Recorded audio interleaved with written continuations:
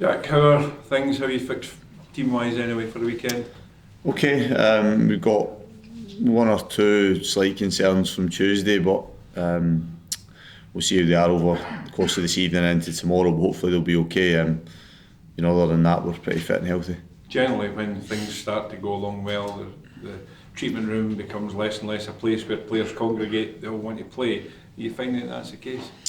Yeah, I probably came in at a good time, and that I think the club had some injury issues earlier in the season, but for the minute I've came in the door, I've had a relatively clean bill of health, with the exception I think David, who will be back training on Monday, but even Darren McGregor's trained properly, just needs a game to get him up to speed. But you often find that, obviously, particularly when players that are in possession of the jersey, even if they have any aches and pains, we'll try and get through them because obviously they want to remain in the team.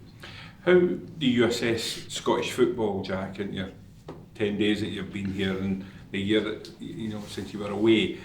Has it changed? Is it the Premiership exactly what you expected it to be? Yeah, I get asked quite often over the last year and a half, probably the reverse question, if you like, how I compared Scottish football and everything I was dealing with down there.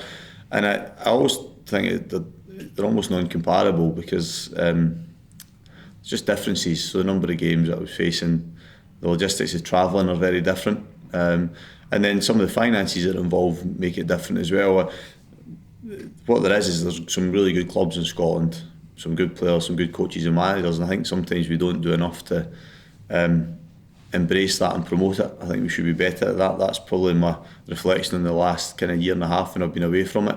And coming back and being involved in the games over the last 10 days is just to emphasise that. I've seen some good players come up against two good managers and been up against two good clubs, and then been involved at a really good club myself and starting this job here. So the two games have been everything I've expected. They've both been really hard. The intensity of the games has been high, but they've been good games as well. Is management tougher in Scotland given the financial constraints and everything else that that you've got to work under? You don't have the same infrastructure, although Hibs are a big club.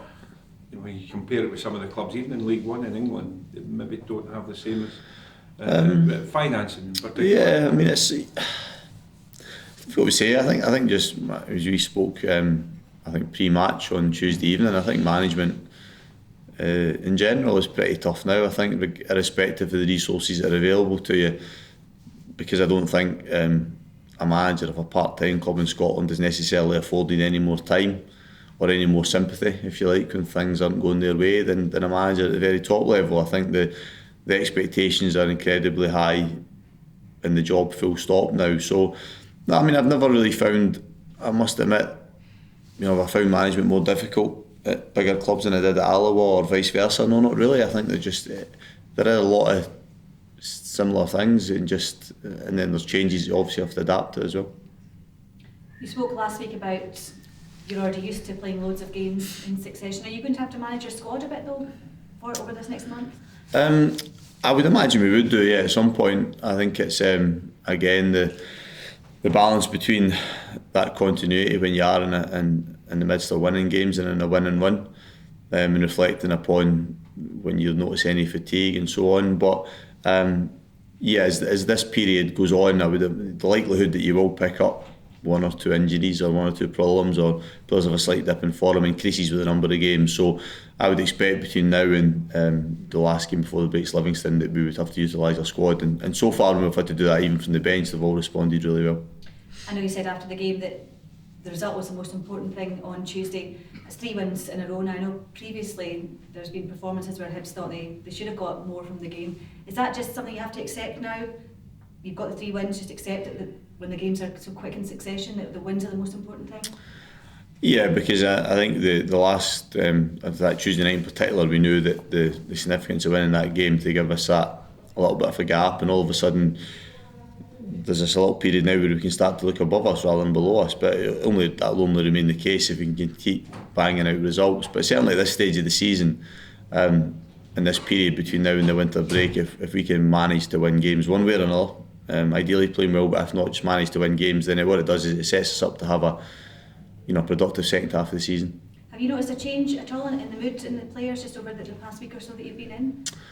No, they've been. Usually, you find when you come into a job, and I've done it the start of the season, I've done it mid-season, that generally you get a positive response. If you don't, then you start to worry. But you get generally a positive response from players right away, and of course because things have went quite well in that period, it's remained the case. I must admit, when I came into the group, they're vocal and they're noisy around the place, and I think that they're good characters within that group. I didn't ever feel as if I was walking into a dressing room that had any issues within it. In fact, the exact opposite, and that's shown to be the case so far as well. What are you expecting this weekend? Just similar as I've had the last 2 games. I think that trying to do as much as I can in terms of preparation and gather as quick an understanding I can of Kilmarnock. Again, like the last 2 games, I have an understanding and a knowledge of some of the players, not all of them, and how they play to a degree, but it's trying to do that as quickly as I can to turn around between games. But a team that's obviously, like probably Motherwell in our last home game, enjoying a productive season so far, but I think it's another game that affords us a good opportunity to win again, so that's the way we're looking upon the match.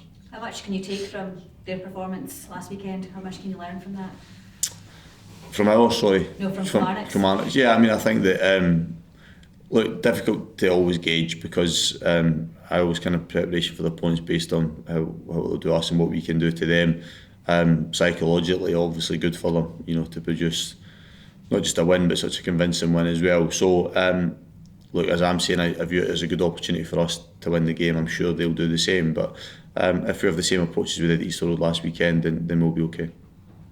Jack, can I go back to, what is the perception? I know what you're saying about us maybe talking the game up a little bit more here.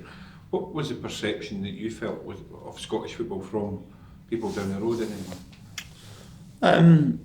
I think it depends on their own personal experiences, probably. So the ones that have either experienced Scottish football or maybe are close to people who have experienced it, be it either in a coaching perspective or a playing perspective, it probably helps educate them. Beyond that, probably a bit like we are at times. I don't think we're overly obsessed with knowing what's going on throughout English football, so it's similar in England. There's a concentration on their own club or their own league.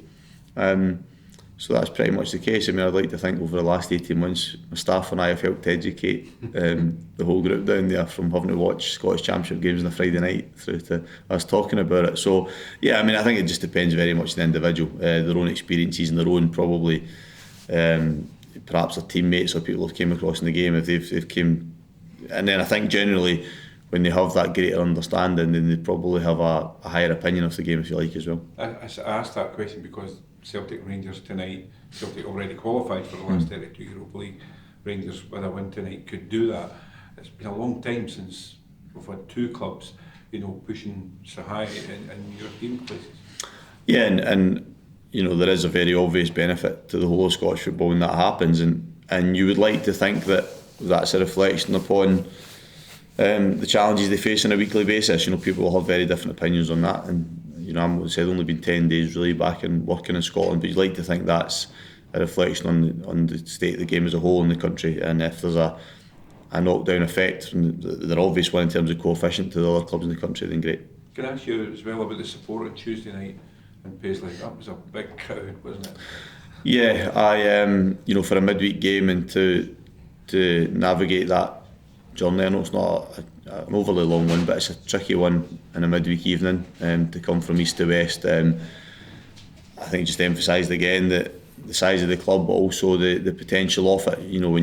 I'm fully aware that if we can continue a positive run, the size of support we'll carry both at Easter Road and away from home will be great, and it does help, it does make a difference, so long may that continue. In your first 2 games, we've seen Horgan, Mallon and Boyle be effective off the bench. With that working, is that roles they might have to get used to in the short term, or are they now in contention for starts? Well, I think just what they've done is absolutely everything you would want as a manager. They're good players, those 3 you've mentioned and others, but those 3 in particular are good players. And I think I mentioned this in relation to Stevie, but I could have applied it to any of those players that they're not. I don't see them as subs, I see them as first team players and starters, but at the moment they find themselves out of the team because the team's playing well, and all you can ask is the impact that they have done. The impact all 3 of them have made over the course of the 2 games has been, just in general performance, really good, but then if you look at the significant factors such as creating goals and scoring goals, has obviously been tangible as well. And we've seen Canberra come off quite early in the second half. How's he doing? Is he alright? He's okay. He's still recovering today, and we'll assess him tomorrow morning. But he's obviously had a little bit of an issue with his ankle. It's been ongoing, but it was just he had the problem with his back in the first half on Tuesday. So then that gives us confidence that he should be available as well.